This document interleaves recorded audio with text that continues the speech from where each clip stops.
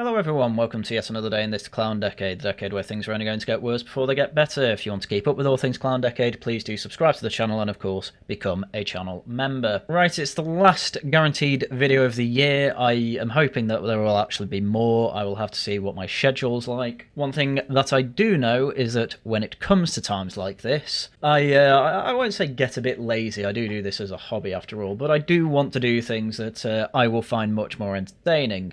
And so we are going through a video that contains two of the biggest lolcows that I think I can give the award to for the year of 2025, which is Ben Habib and Aaron Bastani. Ben Habib because he got big for his boots at the end of last year and left Reform because Yusuf was put in as chairman at that point. He felt that he was backstabbed, I suppose, because he was part of Reform for longer than Zia Yusuf, obviously, and from there threw his toys out the pram, didn't win his seat and so didn't have a good position at Reform, and said, I'm going to go my own way.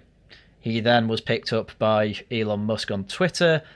I suppose he must have been promised some sort of money at some point or support for his Advance UK. That is now officially a party now, which I'm actually quite surprised at. But that's not going to materialise now because Elon Musk has basically backed away from politics because he's realised he's not very good at it.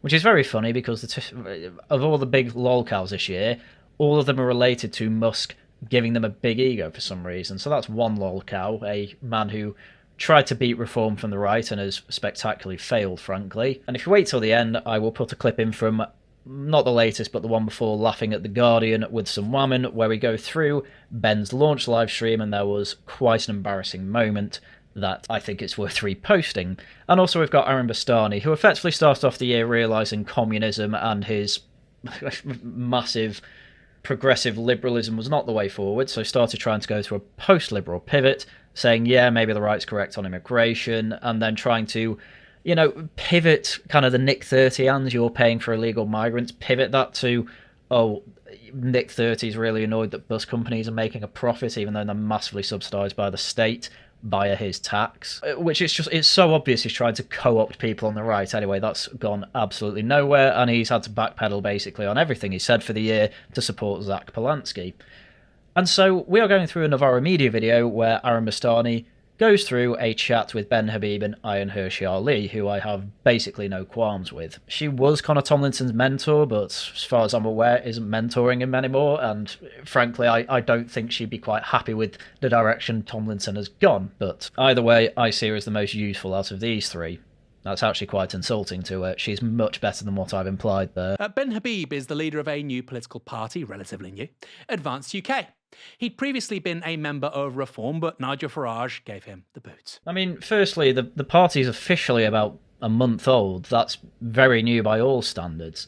And on top of that, Farage didn't give him the boot. Ben Habib left of his own accord. He did a whole 12-minute video on Twitter explaining that he was leaving and wasn't kicked out. But anyway, that's not actually that relevant here, but I thought I'd just correct the record. Anyway, he introduces the chat with Ben and Hirsi. I also want to give you and other Westerners who are listening that most Westerners think, when they think about civil war, they think only about the end stage of what a civil war. That's when people are shooting one another and, like the former Yugoslavia or Somalia or the Democratic Republic of Congo. Yes, and this is something that's always confusing me about people saying that civil war's coming to Britain. One, I found it really funny that most of these same people are saying they would not fight for Britain. I know it's in the context of a war with Russia, but still. And on top of that, I mean, I'm not being funny, but how many innocent British people need to be stabbed, blown up, shot, whatever,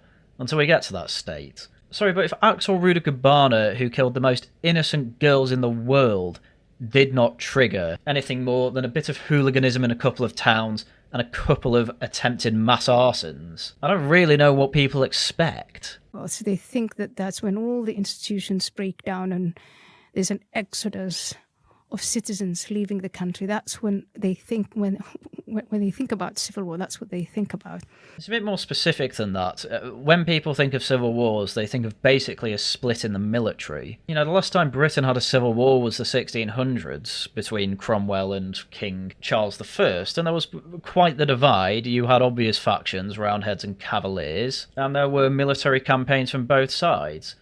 Yeah, I kind of agree. We're not going to get that, but then I don't think we should call it civil war, because I think it muddies the waters of what's really going to happen, which I think is just mass vigilantism, assuming the state doesn't get a handle on all this before that.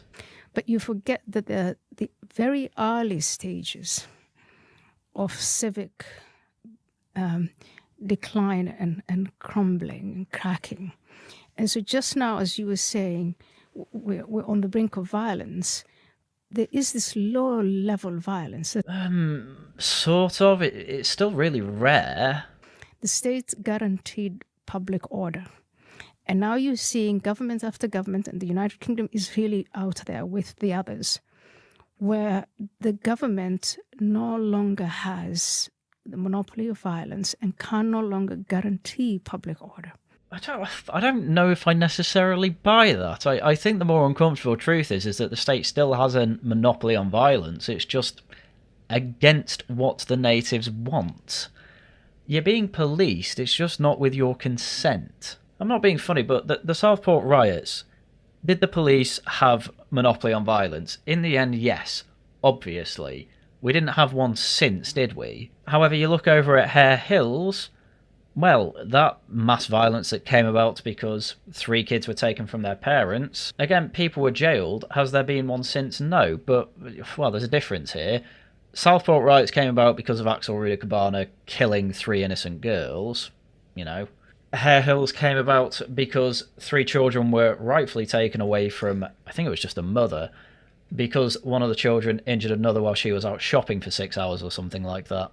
Now, we've not had an Axel Rudakabana instance since, and, well, I can only imagine that the authorities aren't doing their job properly in Hare Hills now. Now, yeah, okay, they've sort of lost a monopoly on violence in Hare Hills, you could argue, if they're not doing their job properly. But again, this sort of comes down to the idea of anarcho-tyranny, I suppose.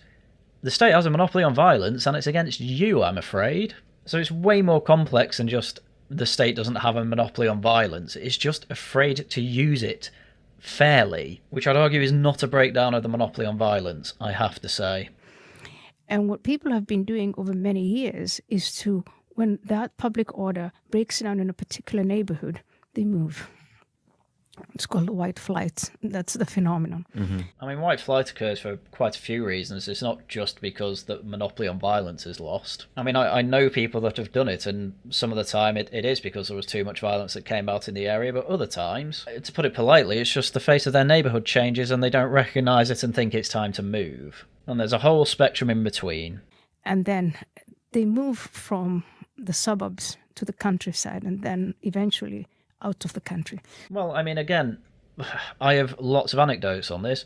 The type of people who are moving out of the country that I know, basically none of them cite demographics. They all cite it's a bad economy here and much better elsewhere. And, you know, hell, I've moved from a Welsh rural, main reason being it was more affordable. Again, not necessarily due to demographic change, though that is certainly happening in my old town. So again, Britain has this huge emigration of the middle classes. That's the backbone of your society. And they've left mainly because of this breakdown of public order. No, I don't actually agree with that. I don't agree at all. As someone who is firmly in the middle class section of society, whose friends are all middle class, not all of them, most of them are though, and most of the family is middle class, yeah, demographics comes up, but when people move, almost exclusively it's because there's better jobs elsewhere. It's rarely ever just because of a breakdown of public order or things like that. That's more a working class area white flight thing, by the way.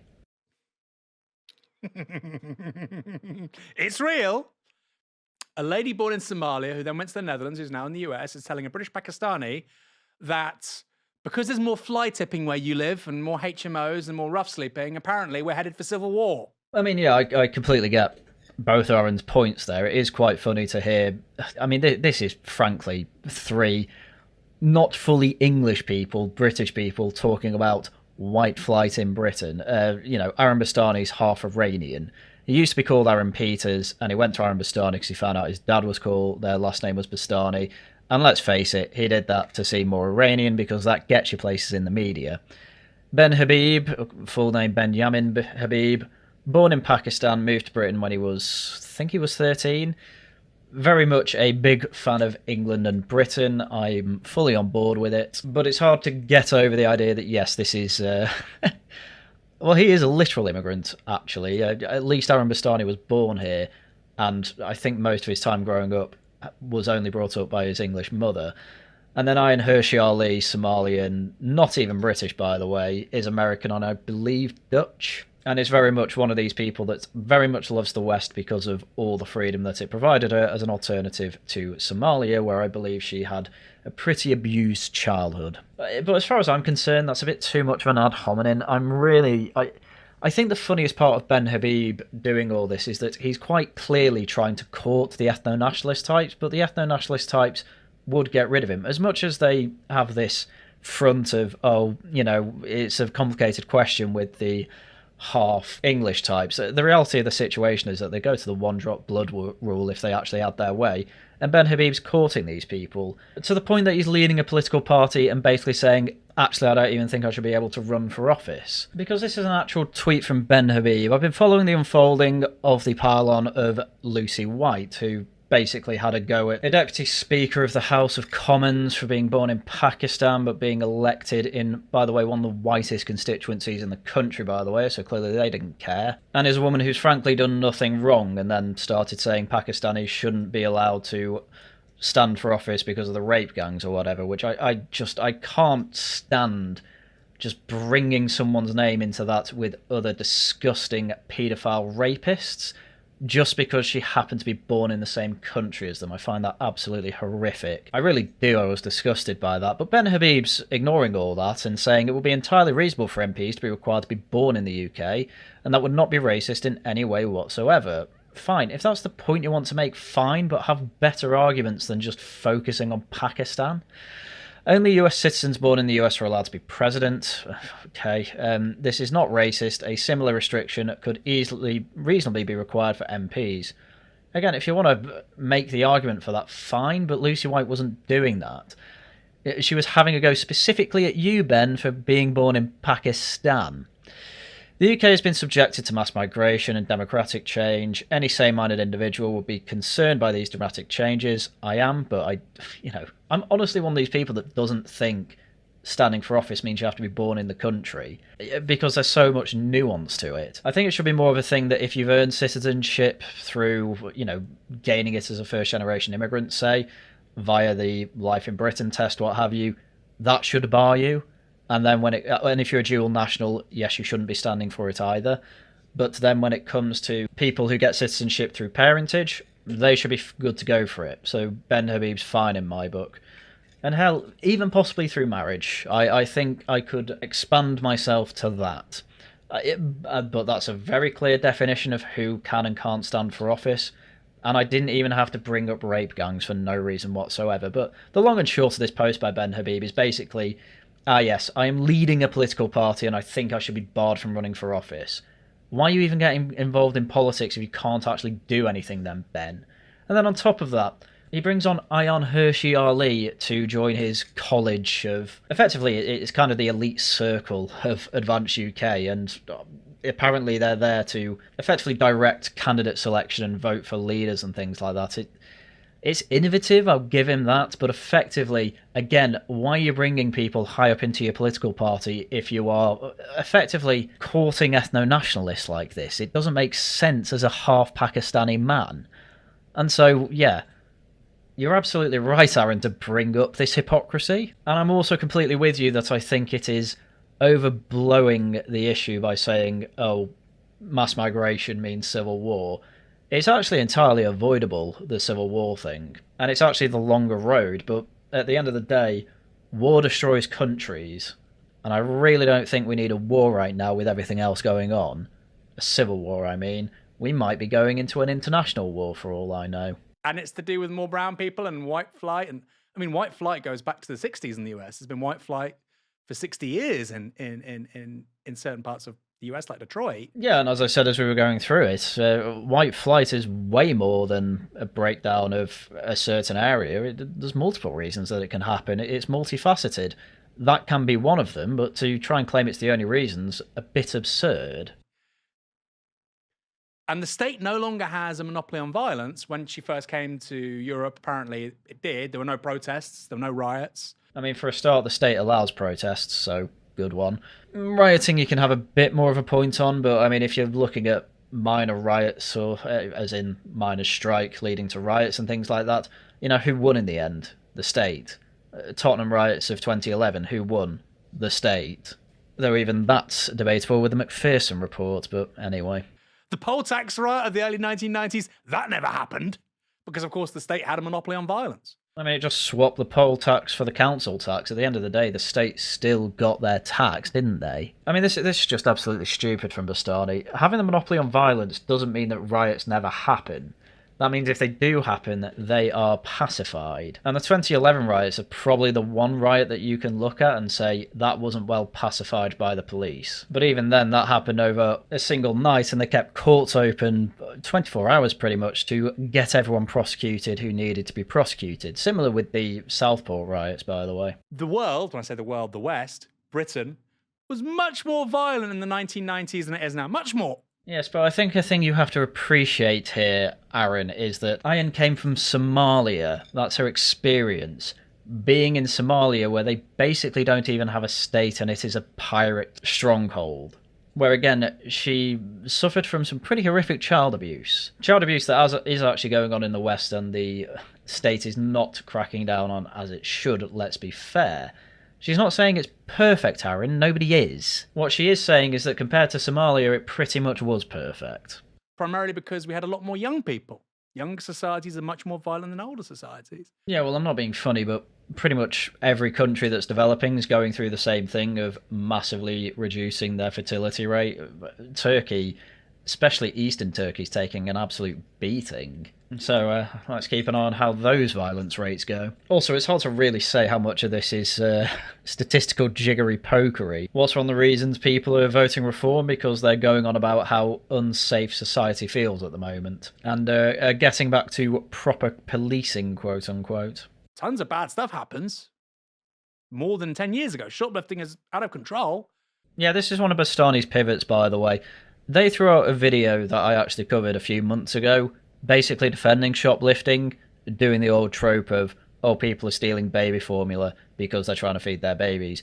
And no, it's because that they can mix it in with cocaine and sell cheap baby formula compared to cocaine, and obviously make more money of it by effectively scamming their customers. That's why baby formula's typically nicked in stores.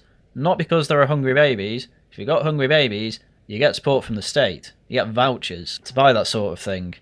Yeah, that's not why people are stealing baby formula. Anybody who's my age or older knows that Bournemouth Town Centre or Cardiff City Centre on a Friday night, or Reading Town Centre on a Friday night 30 years ago was a lot more violent than it is now. Cool, and it was got under control. I wonder how. Maybe because the state had a monopoly on violence, and if there was violence going on, people were arrested. Possibly even sentenced, Aaron, I don't know. Oh, there's less young people now as well. Sure, but we still have a pretty big knife crime problem, so I don't know about that one. Later on, Habib announced that Ali would be advising his party. That's all he had to say on that. There's way more interesting things you can say than just more violence happened in the 90s, therefore no civil war coming. You know, I already went through most of it. That's all he has to say.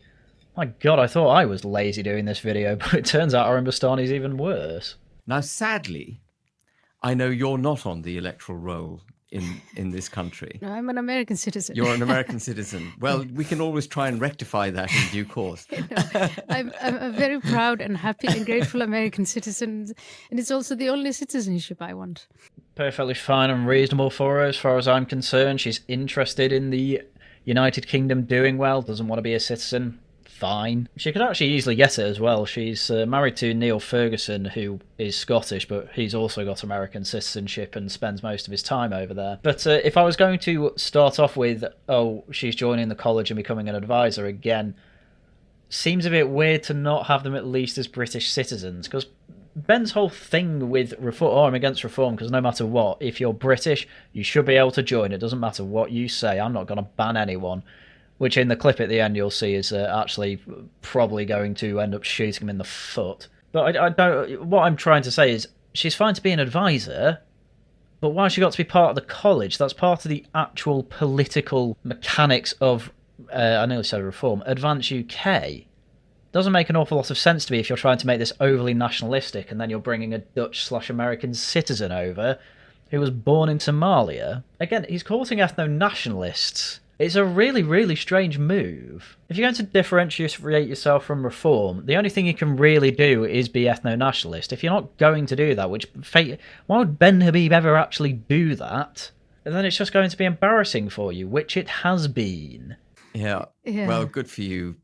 Bad for the United Kingdom. Oh god, this is another absolute banger from Ben Habib. A lot of you will have seen on Twitter that Reform have selected a Bangladeshi candidate in Portsmouth, I believe. It's going to run as a council candidate, which, I'm not being funny. From first principles as the ones I set out before, yeah, I don't think it should be running.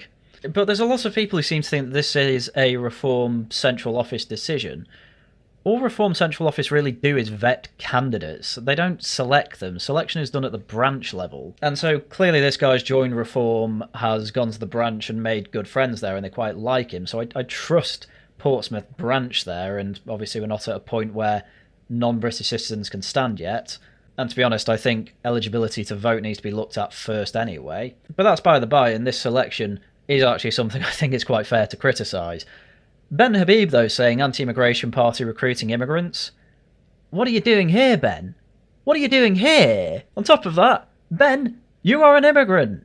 What are you talking about? But what I would like to invite you can't therefore be a member of our political party, I'm afraid. Oh, well, that clarifies my complaints from before, so those can be disregarded. But I know you love this country, and your vision, your understanding of the issues, your understanding of what needs to be done to rescue Western civilization in the United Kingdom are second to none. And therefore, may I invite you, Ayaan, to become a special advisor to the board of Advance UK, so that we can call upon you when we're making our policies for the restoration of our great country. I'm not going to lie, kind of cringe. Why are you asking her this on camera? Unless it was actually set up beforehand. I don't think you should be saying this sort of thing on camera. That's putting her on the spot, which I think is quite unfair. And even if she's not part of the party or part of the college, it's still quite funny to be recruiting immigrants to an anti-immigrant party. It's almost like Ben doesn't believe that and he's just saying things to try and court a crowd that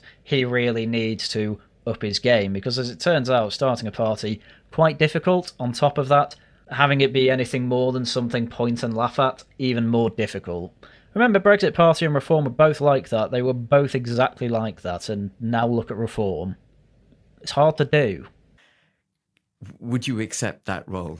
It's an honour and a pleasure to accept that role. And I really love it that you use the word restoration, because that really is the project at hand. Not exactly sure what she'd actually be advising, to be quite honest with you. It's according to the tweet, it's just advise the party in policy making. Well, what policy? Policy making is such a broad concept. I'm not even sure what her expertise are in, to be honest with you. But just general policy making? No, I think it needs to be a bit more specialised than that. I mean, she was a politician in the Netherlands, to be fair, part of the People's Party for Freedom and Democracy. And she does clearly have big interest in the West, but again, just saying advice as a policy maker, yeah, it almost sounds more like we're not actually going to ask her anything, we just want to get a big name out there. Anyway, Bastani plays the whole clip, and I really don't think you need the whole clip. All you really need to know is that Ben really does start getting too overexcited about this, I suppose is the best way to put it. And I look forward to working with you closely as we rescue our country. Rescue and restore. Rescue and restore our country. Yes. Wonderful. Thank you. No, thank you very much for coming on again. I wish you... Imagine being a white nationalist. Imagine being a white nationalist neo-Nazi and a Somali lady is talking to a British Pakistani guy about restoring the West. Wait, what's going on? Well, yeah, the white nationalists didn't like this, Aaron. But yeah, you're not wrong. The funny thing is that the clip at the end, minor spoilers, Q&A at the launch event when they made the party for Advance UK, first question and statement is from a woman who basically starts trying to have a go at the Jews. And this is a bit of a problem when you misunderstand the point of free speech. You can have standards for your party and still be a free speech party. Reform are the most free speech party in the mainstream, and they've well and truly made it to the mainstream now, but they still have standards to be part of the political party, which just makes sense. And I wouldn't be shocked if Advance eventually have to get in some sort of policy that effectively restricts what people can say publicly for them, especially when they start selecting candidates and local media starts pointing out these people are absolutely crazy and they don't win any votes. Restoring the West. We probably can't go back. We can go forward. We can learn some good things about the past, but we probably can't literally go back. And if we do, her and him and me and you probably won't be here. Yeah, you're taking way too literally what they mean by restore here. At the end of the day, it's obvious that Ben, Habib and Ayaan Hirsi are civic nationalists. Of course they are. They just said, isn't it great that Ayaan can become a American citizen? Isn't it a shame that she can't be a British citizen or doesn't want to be a British citizen? They're clearly civic nationalists.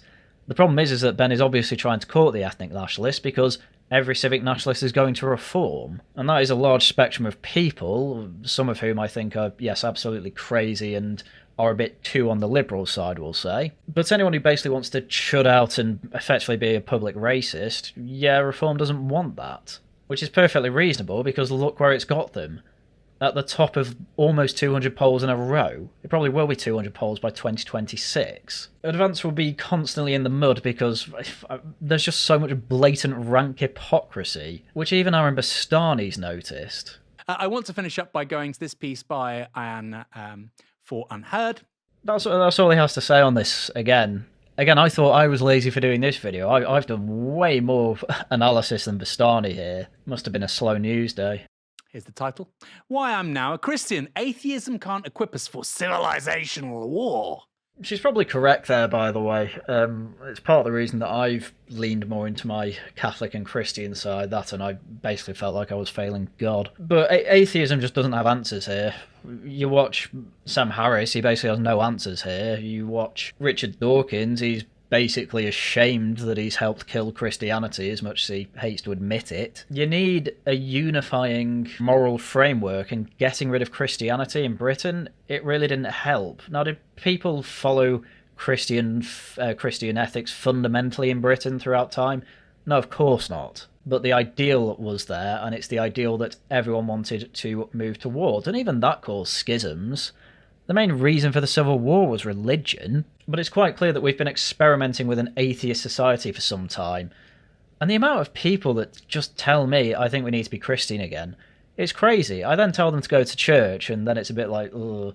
But it's a bit like losing weight. Yeah, to lose weight, you kind of have to lay off alcohol and sugary drinks and foods and things like that, and people are like, ugh. But those that do it feel much better about having done so. And I am moving from Muslim to atheist to Christianity. Welcome to the flock is all I can say. The funny thing is that Aaron says he's Catholic. I don't know how Catholic he is, but I don't know why he'd find this so cringe.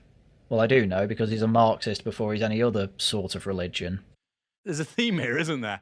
That article is really important for stating a certain position on the radical right. Oh, don't get me wrong, a lot of centre-righties are getting really fed up of online Catholic Zoomer neo-reactionaries or whatever being all tradcath all over the place. The funny thing is that, I think I've said it many times before, I've been a Catholic literally all my life. I know literally nobody like, say, Connor Tomlinson, who's radically lent into the image of being a tradcath. How often he actually goes to church, I have no idea, but assuming he does, I can't imagine he actually talks to the congregation too much. I know he will have had to have talked to his priest because he got a Catholic marriage, and you have to basically do an entire course with the priest to actually go through the sacrament, but beyond that, I don't really know how he interacts with them, and if he does, I would imagine he doesn't really talk politics with them, because if he did, he'd know that most Catholics are basically Labour voters.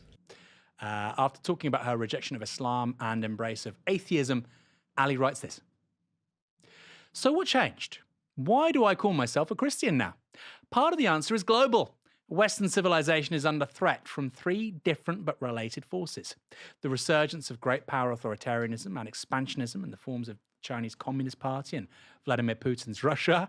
Aaron Bastani basically laughs there because he's actually on the side of Russia and China, just so you know. At the end of the day, as much as he tries to deny it, Bastani is basically an anti-Western agent and will basically ignore all the bad things that happen in China and pretend that only good things happen there, because it's about the closest thing that he can get to communism in the real world. Imagine the priest on a Sunday. Why are you here? You've come to mass all the time all of a sudden. Well, because of Putin and Xi. Do you go to mass? There's prayers about Russia and Ukraine every week. They're in the bidding prayers. They're a lot more focused on Israel and Gaza now as well. But yeah, it is actually brought up in the bidding prayers. I think you'd know that if you actually go to church. The rise of global Islamism, which threatens to mobilize a vast population against the West. Well, to be absolutely fair here, she has suffered the absolute worst parts of Islamism, so yeah, I think it's fair for her to have that view. And the viral spread of woke ideology, which is eating into the moral fibre of the next generation. Yeah, again, that's obviously true, and the funny thing with Aaron Bastani is that he was pushing that for years when they were part of Momentum and supporting Jeremy Corbyn. He stopped doing it because the left lost their way, but now they've got Zach Polanski, he's basically carrying water for them again. This is because, much like the Zoomer Tradcaths, I don't believe Aaron Bastani actually goes to church. We endeavour to fend off these threats with modern secular tools, military, economic, diplomatic and technological efforts to defeat, bribe, persuade, appease or surveil. And yet, with every round of conflict, we find ourselves losing ground. We're either running out of money with our national debt in the tens of trillions of dollars, that's because of pensions liabilities for many countries. You're not wrong there, Aaron. It is because of socialism. Or we're losing our lead in the technological race with China. Yeah, sort of. It is a bit outdated to think, oh, China will never outpace us because all they can do is copy us. The thing with the internet and all that is that they can copy us almost instantly these days. Plus, they're quite happy to basically turn half their population into a serf class to actually get these factories running. Plus, they're sitting on an awful lot of rare earth elements, which is why Ukraine became so important to Donald Trump, along with Greenland, obviously. But we can't fight off these formidable forces unless we can answer the question. What is it that unites us? Yeah, it's a pretty good question, and as I say, I think religion was a pretty good one. Again, religion used to be a lot bigger in Britain. What was the reason that we ended the slave trade? Christianity. Unironically. The response that God is dead seems insufficient. So too does the attempt to find solace in, quote, the rules-based liberal international order. The only credible answer, I believe, lies in our desire to uphold the legacy of the Judeo-Christian tradition. Yeah, I certainly think it's a good starting point. I mean, I'm not being funny. Since my brother has had his daughter, he's gone to church more. I don't think he believes any more than he does 10 years ago. And I've even got Christian friends, not Catholic, who actually aren't that convinced that people of the past were actually any more religious than they are now. 90% of the population basically just went there because it was a social hub. And everyone feared God because everyone felt like everyone else did. But hell, that still worked a hell of a lot better to get people to sign up to fight world wars than you're managing today. Basically, nobody under 30 wants to fight for Britain. I would, by the way, because I strongly believe that it's still worth protecting our borders and protecting our international interests. But ultimately, most people are thinking, well, oh God, I can't get a wife, I can't get a job, I'd move country if I could afford it. Why would I go and fight for it? I mean, to be honest with you, I think when push comes to shove, most people will just do it anyway because they're too scared to try and actually fight the state. But ultimately, if it does happen, you're going to have a hell of a pivot from the stupid progressive liberalism we've had for 3 decades and instead move more towards what people have actually voted for. Bit more social conservatism, a hell of a lot more freedom, a hell of a lot more opportunity to actually make and grow businesses. And from there, people should be able to afford houses and have families, hopefully. Especially if they go out drinking more than they have been. Literally, the mental health crisis will probably solve itself if kids just went to pubs more, but it's unaffordable. It's £6 a pint, and that's in Wales. Kind of not how it works, no? I believe in God. Why?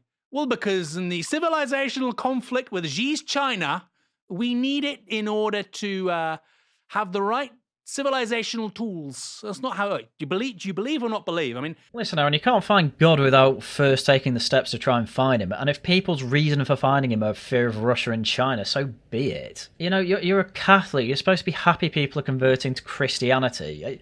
What is your theory of mind for why people suddenly have these conversions to religion? There can be lots of reasons that aren't directly to do with suddenly I believe in God. People will have a material experience, possibly even an immaterial experience, actually. People become Catholic after dreams they have, and that puts them on the road to finding God. If these three reasons are Ayaan, so be it. I hope she finds God and is happy for that. that actually underpins the weakness of your argument, right? The whole thing's a LARP. The whole thing is live action role play. That's literally how most people start off their conversion, yes. That is the case. A lot of Christianity is performative. It's quite hard to get to the point of true belief. I've had it and lost it and had it again. It's difficult. But ultimately, I think it's why it's good to kind of have my experience of go to uni, lapse my Catholicism and then go back, because I can now understand what made me go back. Well, since moving house, I realised that actually I'm basically an adult and need a little bit more moral guidance, and I think the best place I ever got that was, aside from my parents, was church. And part of my parents teaching me moral fibre was taking me to church every week and getting involved. Plus, let's face it, Catholic hymns are absolute bangers. I'm going to LARP being a Christian because we're in this civilizational conflict, and to have some sort of coherent civilizational veneer for all these different places, which are actually really different.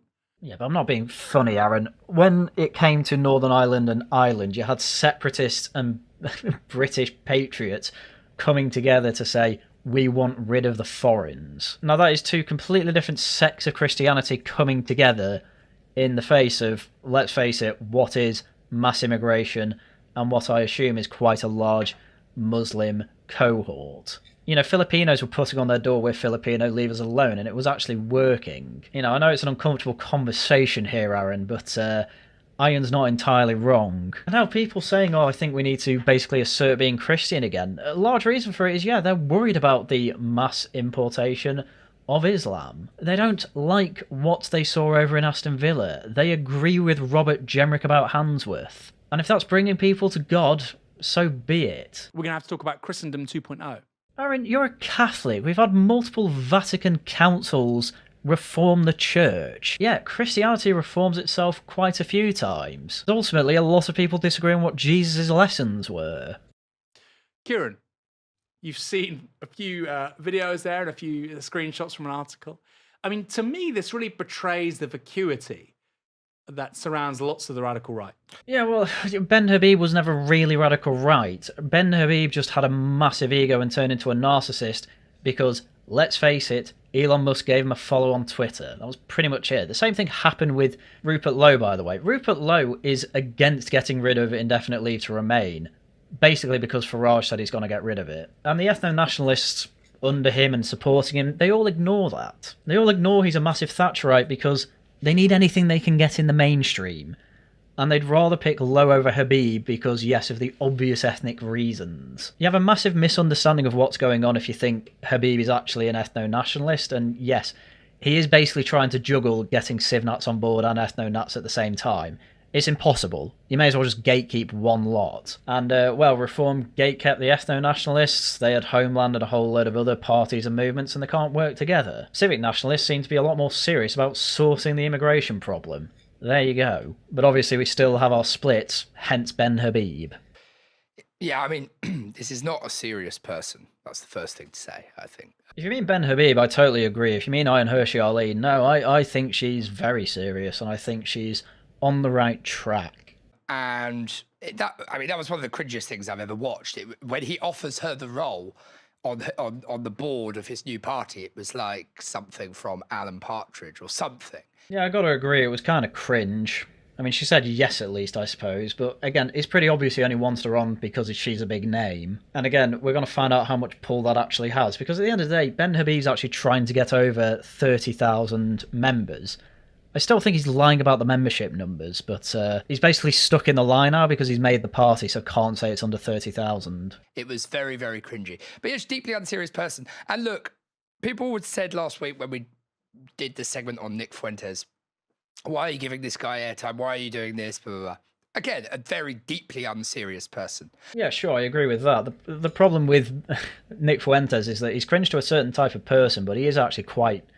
He seems to be well liked by a certain cohort. Luckily, it seems to be a small cohort in Britain anyway, and one that's basically going through a really slow motion cancellation as a whole. Honestly, I think 2026 is going to be interesting for that. They might say the same about this, but actually I think it's very important because these people are popular. They speak to a shift, unfortunately, a groundswell. Now, Rupert Lowe speaks to a much larger groundswell than Ben Habib. Come on. Ben Habib's basically a place for people to go who are annoyed at Nigel Farage for bringing Zia Youssef on. That's pretty much it. That we have to take seriously a constituency in politics, in let's call it the West. Well, this hasn't been the video to do that. You've been laughing at them the whole time. You're still trying to laugh at them. Well, like as much as I laugh at them too, they have done pretty well. Getting 20-odd thousand members, that's not bad. The problem you have is that this is 20,000 people who, from what I can tell, quite limited in influencing friends, family, and the general public toward them. Reform are still absolutely outclassing them on that front. I've been talking to friends and family all about this. They don't even know who these people are. They just ask me how reform's going and things like that, and I say, very well, here's policy, I think you should vote for them, blah, blah, blah. The only people I know in real life who even bring up Ben Habib and Rupert Lowe are reform members who are basically a bit worried about them. And I keep having to tell them, don't be worried, there are a very online cohort supporting them. Most of them aren't even British or eligible to vote in Britain. Their audience is basically all American. Less true for Ben Habib, to be fair to him. But also, it's useful for sort of fishing out patterns. And I think it's very clear what the pattern is across Fuentes to Ayaan Hirsi Ali this week, which is war. They're obsessed with this idea that society is on the brink of a civil war. Well, I'm totally with you here. I don't think it's happening, and it seems pretty obvious to me that people are bringing it up all the time, basically to get on interviews and shows and things like that. David Betts, you go into detail of what he's actually saying, and it's what I said before. There'll be probably quite a few bits of vigilantism, and if it gets really bad, people will start getting rid of niceties and doing it on a racial basis. That kind of happened in Southport from both sides, but at the end of the day, that happened once, and it's not happened since. And I think even if another attack like Ruda Cabana's happened, I can see a bit of rioting for a day and basically the same thing happens. As much as people always like to say there's no political solutions, I think there are only political solutions at this point. And I think you're deluding yourself if you're going to be some sort of officer in the Army of Great Britain or whatever you want to call it. There was I did this with Fuentes, but it's such a rich vein. This is not new. These guys are absolutely LARPing.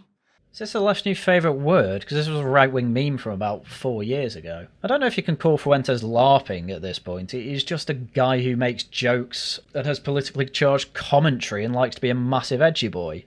Where did it get him? It got him onto Piers Morgan and embarrassing Piers Morgan because Piers Morgan doesn't know how to handle that. And Ben Habib's basically trying to do the same thing. He's constantly begging to get on GB News and talk, which apparently he has actually been invited on, but I think now that he's basically had a go at the producers publicly, they're just not going to bother anymore. Because both Habib and Lowe are on Twitter saying, oh, I've been blacklisted because they're Farage simps, blah, blah, blah, despite the fact that half of both outputs are massively pro-Tory. And they like bringing Rupert Lowe out to have a go at them. Plus, Rupert Lowe has been on talk since, and was even called out by Ben Leo because Ben Leo said, you have been invited on and you rejected it, what are you talking about? I reckon he's been blacklisted from GB News because of that, and I wouldn't be surprised if Ben Habib has been blacklisted from Talk and GB News too. Because ultimately, why would they want people on who are going to have a massive go at their at their network? It doesn't make sense. Having said that, he's still saying this relatively edgy stuff to try and get on and invited on because, ooh, edginess ratings, cool. But no, it's been lowered to the depths of the Lotus Eaters, so there you go. They're absolutely charlatanic.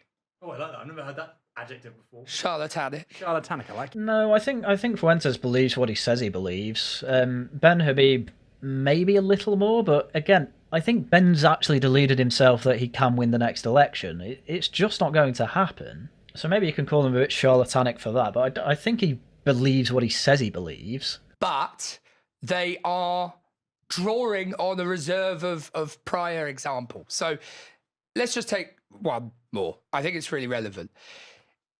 Enoch Powell talked about war. He talked about rivers of blood. Nothing of the such happened. I mean, it's very annoying that people really take this to the nth degree when it comes to Enoch Powell. Enoch Powell was making comparisons with the American states when it came to their racial grievances, which he's not talking about the Civil War there. He's talking about the civil rights movements, the riots they see, which, 2011, Tottenham, pretty similar. Plus, let's face it, there's been terrorist attacks, there's been violence on the streets. Okay, there's less general violence than the 90s, but I don't think Enoch Powell was even imagining Axel Rudakabana killing random innocent girls when he said this speech. I'm gonna be honest with you there. And on top of that, his main predictions were much more to do with racial grievances that are going to be brought up by immigrant populations that do not seek to integrate. That has literally happened. This is what Reform talk about when they talk about sectarianism and getting rid of the Equality Act. It's what Robert Jenrick's talking about when he talks about Handsworth. There's evidence for all of this, that Enoch Powell's predictions are actually somewhat parallel. And when it comes to his other predictions, he was just quoting numbers from the government's own statistics. Again, you got to remember, Enoch Powell was into his poetry. There's obviously going to be hyperbole there. If you're taking it literally, quite frankly, you are just doing your best to make him look mental, which I understand why you're doing that, but it's not honest and it's muddying the waters. When Ayaan Hirsi Ali talks about the monopoly on violence, she's invoking a German sociologist called Max Weber. The thing Max Weber said was the biggest threat of state monopoly of violence was a terrorist organisation or terrorism. We have like 40,000 people on the terror watch list for being sympathetic to Islamism. That's pretty big. Luckily, all the organisations are quite spread out. I mean, I'm not being funny, but we've had organised terrorist attacks, by the way. Not too many of them have been particularly Christian, though there have been some far-right terror attacks. But again, these are small cells, really. Unfortunately, they've been foiled before any of them actually got out and managed to do any killing or damage. In Britain, up until the late 1990s, there was not domestic, but the IRA. Yeah. Were very, very active across Britain. That was a genuine threat to the legitimacy of the state. Monopoly of the state on violence. Yes, that's why we had the thing called the Troubles. And we ended up losing, and that's why the Republic of Ireland is completely independent. That was a genuine threat to it. I mean, they almost killed the PM twice. Right. They almost killed the PM twice. So, this mythical past that is constantly appealed to, I know we all know it's bullshit, really. Again, you're confusing it with Ayaan Hirsi Ali. She came from Somalia and other African countries. She's seen what a total lack of state monopoly on violence actually looks like. Again, yeah, you had IRA bombings, and, there's people and children who have died from it, from car bombs and things like that. And yes, the state was struggling to hold a monopoly of violence against the IRA. Fine. But again, if anything, this just reinforces her point. Okay, we never had a perfect state monopoly on violence, but lacking it ended up with innocent women and children, and of course men, dying at the hands of car bombs. Okay, we sorted that with the Good Friday Agreement. It was a bit too much for surrender, but whatever, we're past that now. Oh look, now we get terrorist attacks from Islamists. And not even that, we just get mindless stabbings from an Axel Rudakabana who was trying to create writing in his room. Even just blaming it solely on Islamists is a bit of a misnomer. But again, we have an ideal. It's an ideal that we all apparently agree on, and yet you're making fun of her because she said actually the monopoly on violence seemed better in the past. It would be, because she came from Somalia in the past.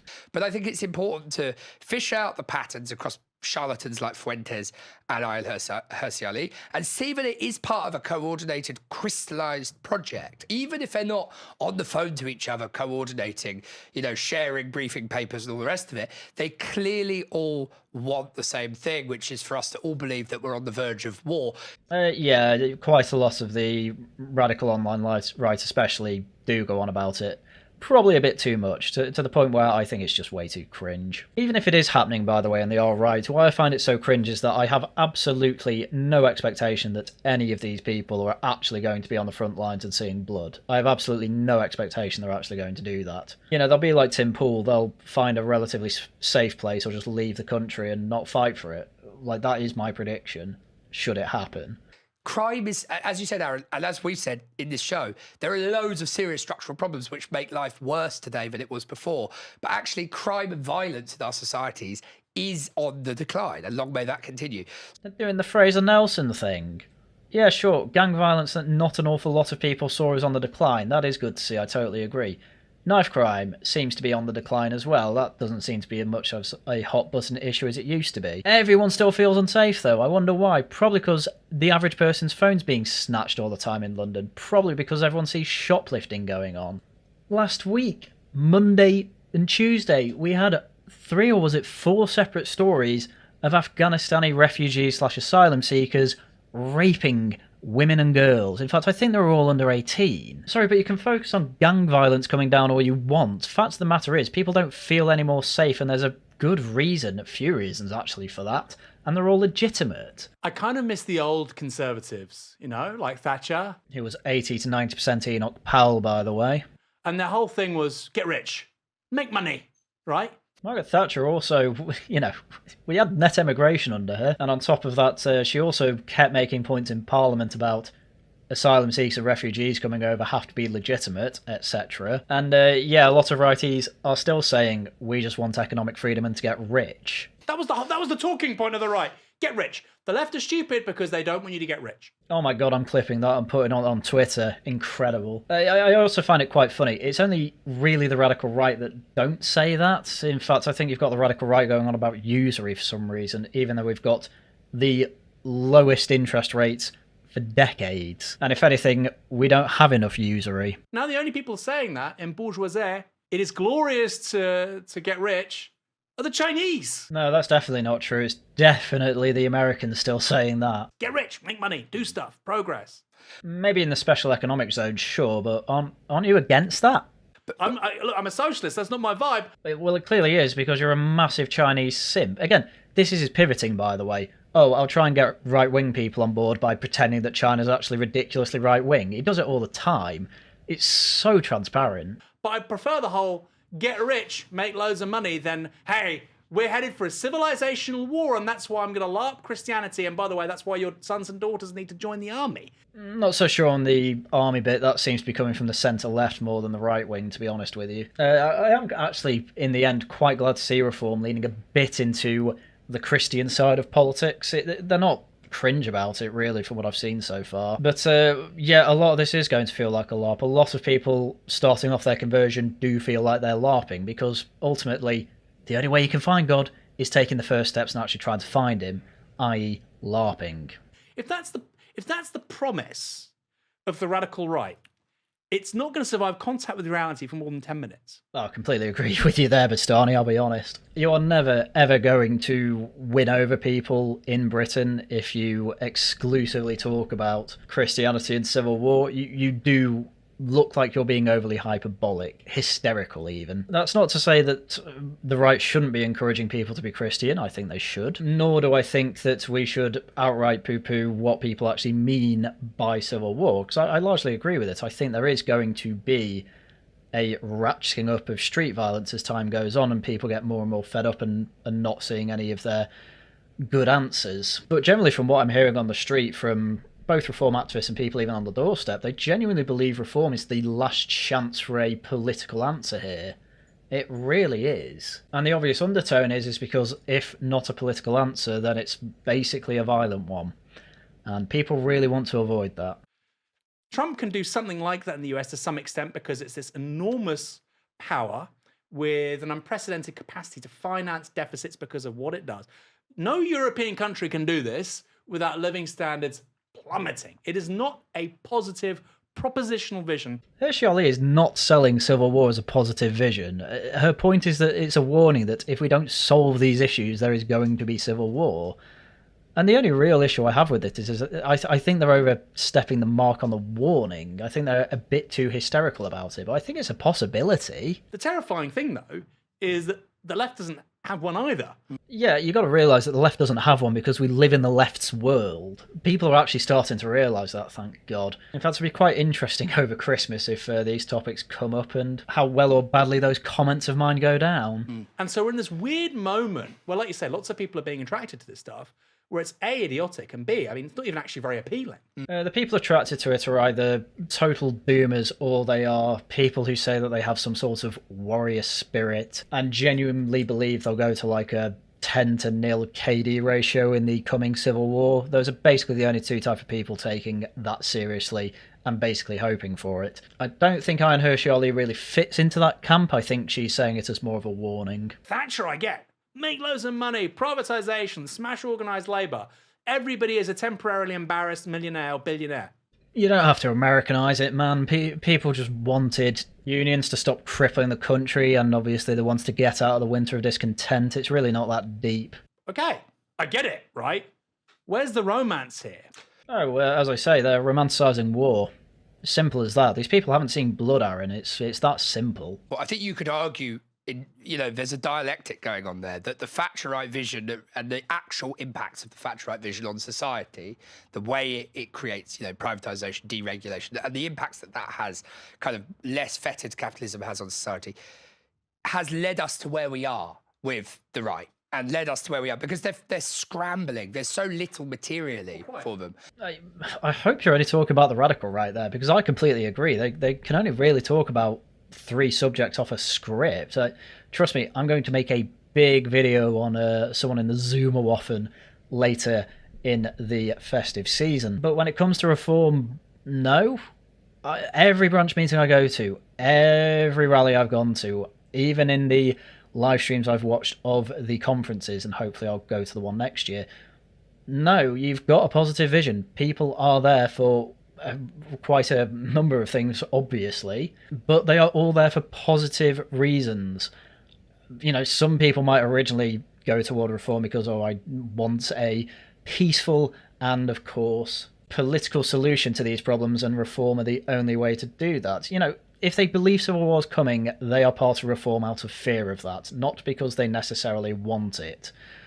And I mean, honestly, you can't listen to that clip of Ayaan Hirsi Ali and think she's excited for some sort of civil war. Of course she hates it. As I say, she lived through it. They're scrambling in the margins. And the incentive structure now with, technological evolution and all the rest of it, but particularly, the way in which the socioeconomic base is now is to try and outdo each other in terms of who can be the most right wing and who can be the most insane and who can be the most kind of doomsaying and warmongering. Oh, you've absolutely nailed that. But again, I think it's a bit silly to use Ayaan Hirsi Ali as an example, because she's just saying what she genuinely believes. If you wanted to go on this point, again, go to the Zoomerwaffen and go to people like Connor Tomlinson, go to people like Tim Pool if you want to go over to America. It's not really Ben Habib doing this, I have to say. Ben Habib's just reform for disaffected reform voters who didn't like Zia Yusuf. That's basically what it comes down to. Well, it's that same thing of, like I say, get rich or whatever you get with Thatcher. In a low or no growth society, that's clearly not a viable politics, right? Yeah, that's one of reform's big complaints outside of immigration. That's also one of Ben Habib's complaints, by the way. You go further right than that and they stop not caring. Even Rupert Lowe cares about low growth, but the people under him, they don't. In fact, I think they want degrowth. I think you genuinely have a green mirror on the right wing, and that thankfully they've mostly been gatekept out of mainstream politics. The most mainstream they can get is GB News appearances and things like that.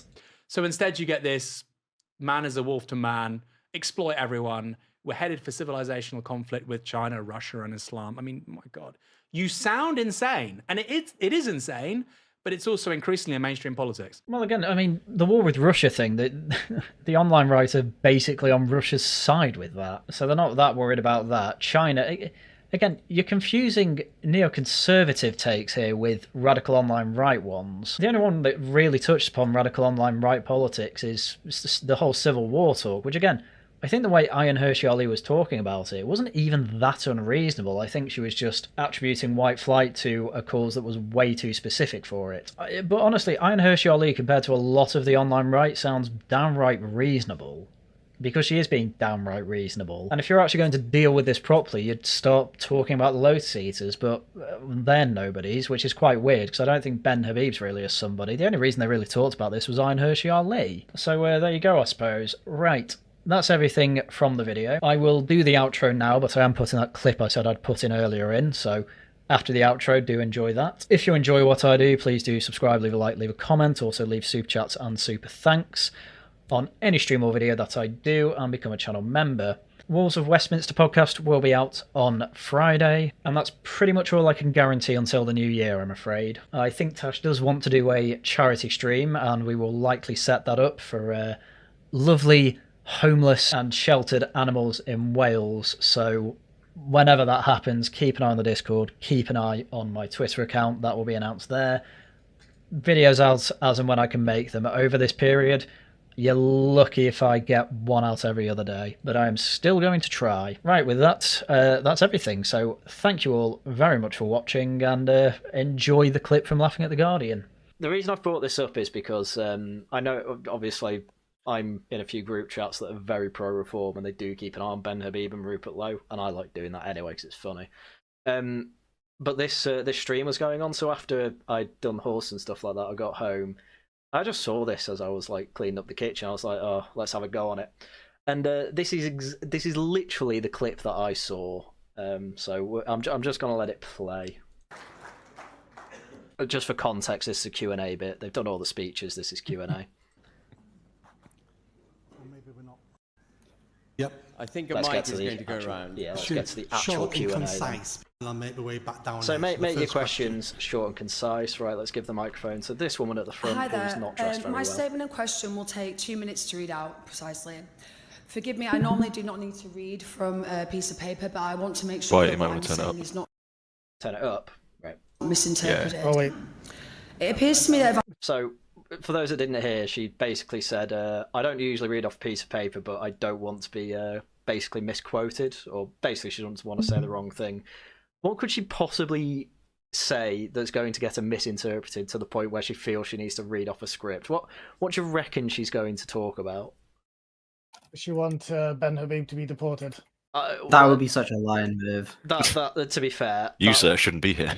that would both be funny and very, very based. I will give her that, but I don't think this is particularly based. Just to give that away. But, I mean, also, not being funny, but who goes to a launch conference dressed like that in the middle of winter? To be fair, It's December.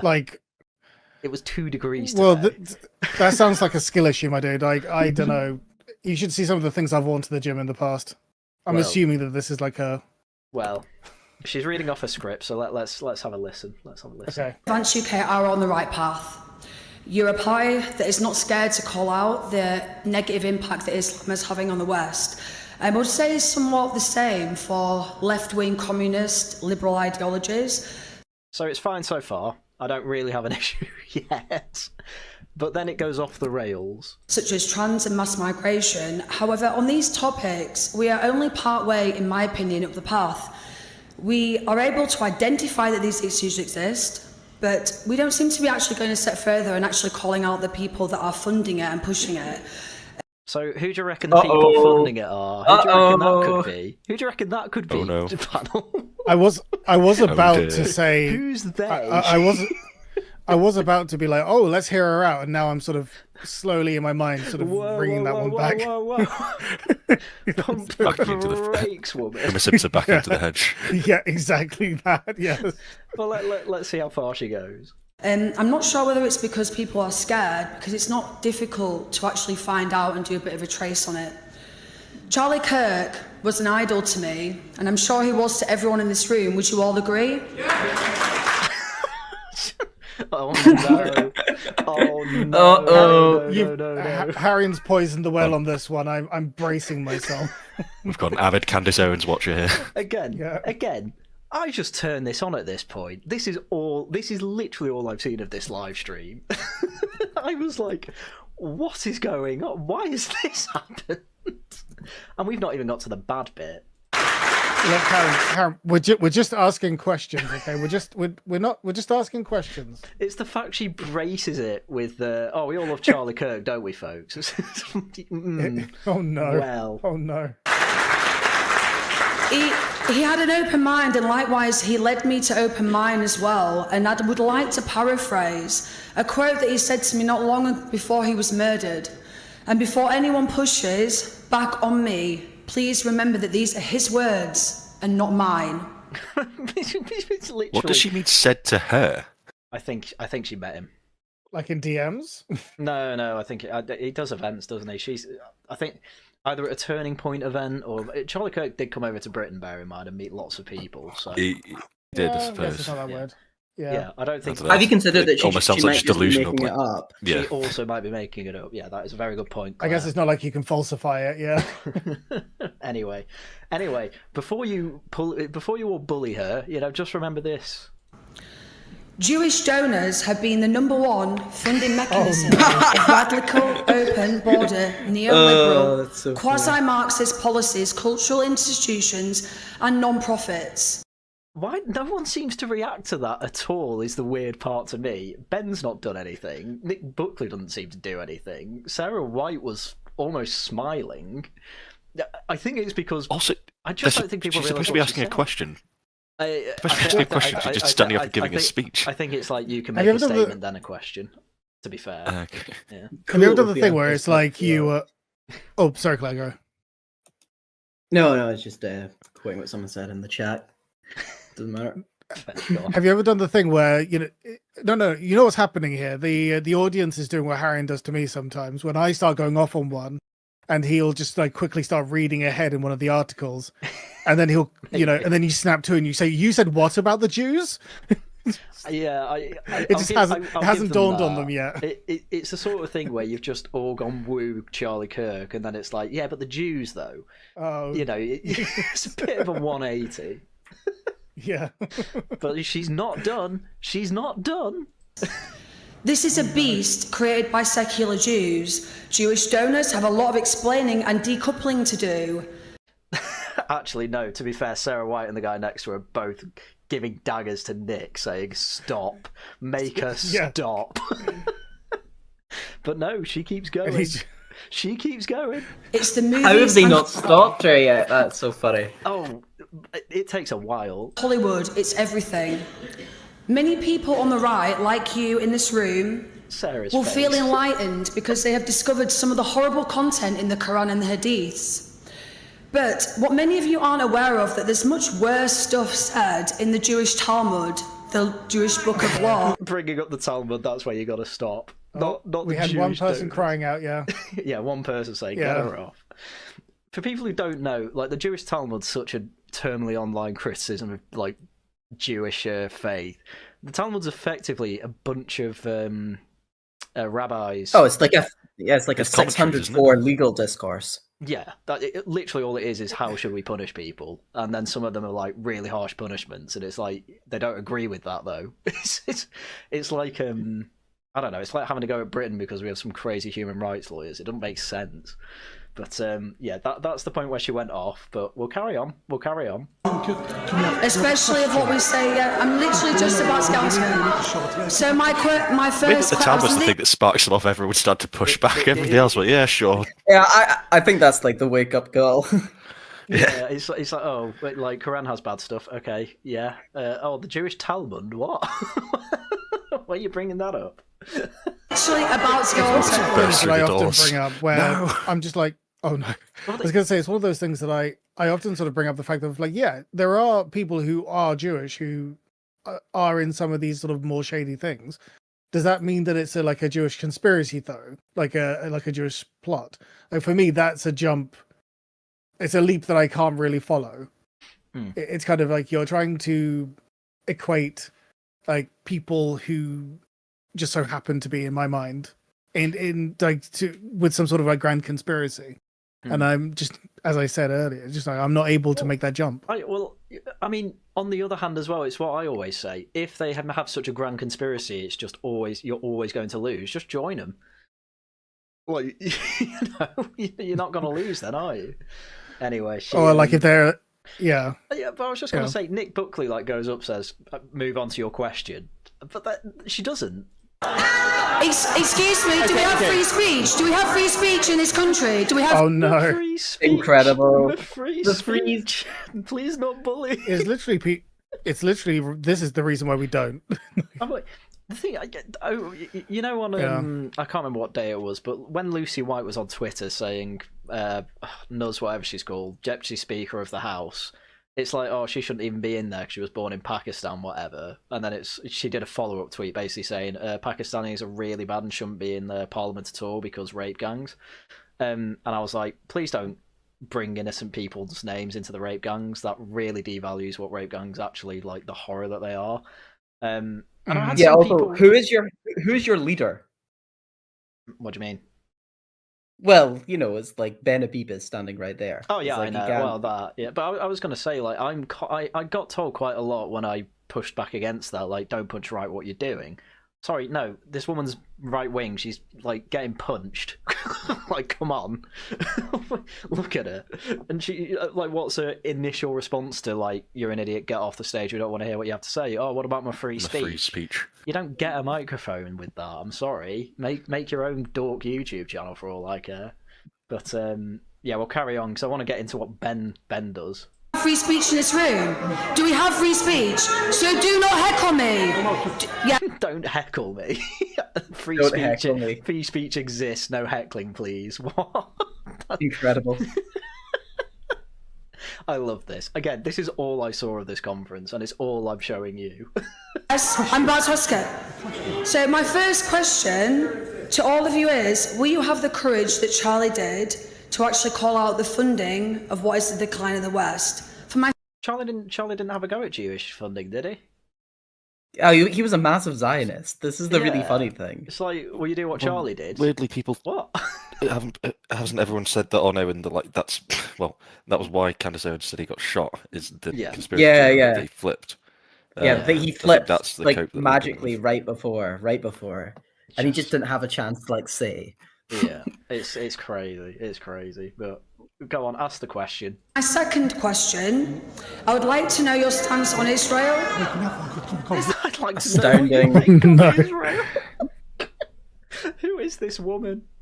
I'm sure she was interviewed by Politics Joe at the first Reform conference, by the way. I'm sure she's one that's defected to advance from Reform. I need to check that. Thank God. But... yeah, well, exactly. But this is my point about all these alternatives to Reform. Why do they all get the crazies and Reform seems to passively get rid of them? Absolutely astounding that Zia Youssef has managed this passively. Muzki, does this... I can't shake the feeling. I might have met her at the gym once. Well, what do you think? Oh, no. I recognise those shorts anywhere, sir. Yeah. Oh, no. But this isn't the... So, he's asked that one question. Come on, lads. See, there's hope yet. You can find yourself a... See, chat, you can find yourself an anti-Semitic gym dot. Well, basically, she's loaded this question of... It's not just will you speak truth to power, it's will you speak truth to the Jews, is effectively what she said there. So how does Ben react? This is so pathetic. So, ladies and gentlemen, everyone's entitled to their own opinion and to speak. Everyone's entitled to it. We've had a question, and now if we can have an answer. We're just going to ignore the anti-Semitism there, yeah. I'm pretty sure you could just Google Ben's position on Israel, couldn't you? You wouldn't need to go and ask him a question at a conference. Well, there's a reason she's doing it, and it's basically for attention. Like, this is the problem. The other problem with the alternative right-wing parties, people will literally just go there to start spouting off about Jews and then say, "Are you based enough for me?" That's effectively what she's doing. Incredible. Yeah. Unless this is like an amazing ploy to basically shill her OnlyFans. Or that. But the whole thing's loaded with, like, do you hate the Jews and Israel? That's really what she's asking, reading between the lines. But Ben just gives the most, like, abstract answer. We will absolutely... I think the first point to make is that we stand positively for all the things that I described. We stand for our Christian constitution, for our... It's just stepped over the whole Jew thing. That's Incredible. just crazy to me. He didn't even address it. I don't understand. The problem Ben has is that he stood on this whole platform of anyone can join the party with any opinion and it'll be fine. And then literally the first question he's asked ever, this is the first question at a conference he's ever asked, it's about Jews. Like, you couldn't write this. I don't know if he goes on to address it. To be fair, we shouldn't watch. We will go beyond what I saw and stop when he finishes the answer, because I just can't believe this happened. Democracy for our people, our nation, equality under the law and so on. And we will take all the steps required to deliver that. And that's going to involve defunding a lot of institutions, not just perhaps the ones you were referring to, but... The real question The real question that we're not asking ourselves here is, chat, can you fix her? Can you fix her, chat? This is Incredible. the $1,000,000 question. I actually don't care what. We will let chat ponder that as we carry on with what Ben has to say. Victoria might take a good crack at it. No. Sorry. Ben's here too. Sorry, I didn't realize that. My bad. I think. Well, yeah, the BBC and a few others probably. Are they Jewish? to be fair to him, actually, right? To be fair to him, that is one hell of a recovery. It's like if you don't know immediately what to say, step past it and then find something popular and essentially pretend like it didn't happen. Yeah, chat. Mitch, he's absolutely rattled. But I'm just saying that's probably the best save that he could probably do. Sorry, Aaron. I don't think it is. I don't think you can have someone up there basically spouting off that kind of thing and ignore it. I don't think that's you can do it as like a small little party that nobody cares about. Like if that was at like a reform conference or something, you'd have to make a point of shutting it down. Yeah, Ben Habib does not have the same sort of he doesn't have the same sort of obligations to deal with here. Like the BBC are not going to pick this up. Nobody cares. If that happened to Farage, he would have to make a point of shutting it down. And even if he did make a point of shutting it down, it would still be used as a black mark against him. I mean, yeah, sure. Actually, you know what? It would probably be like, ironically enough, you can probably imagine Farage will probably have to comment on this. He'd be like, "Oh, at the advanced thing, there was a woman who didn't like the Jews. What does reform have to say on this matter?" Incredible. I mean, you just know it's going to happen. It is very funny that Farage is getting multiple attacks if he was anti-Semitic as a 12-year-old or something, and basically all the anti-Semites have moved to the alternative right-wing party that is not Reform. I said it in my video on it the other day. Like, they're not in Reform because Reform doesn't like anti-Semites. Like, it's that simple, or racist, whatever. Yeah. Anyway, come on, finish off the question. A lot of the money which comes to these far left institutions that are undermining our democracy actually comes from the government. So we can switch that tap off straight away. I suppose that's not a bad way to deflect. It's not Jews, it's the government. Fair enough. Yeah. That's what I was saying. As a deflection, it's not a bad idea at all. But again, that is addressing it, to be fair to him. But I didn't get this far, so fair enough. She's the only person not clapping. Well, Sarah Wright isn't either, but I don't think Sarah Wright's particularly anti-Semitic. And next, and we could have the question. I'll just move on. Right, there you go. Perfect.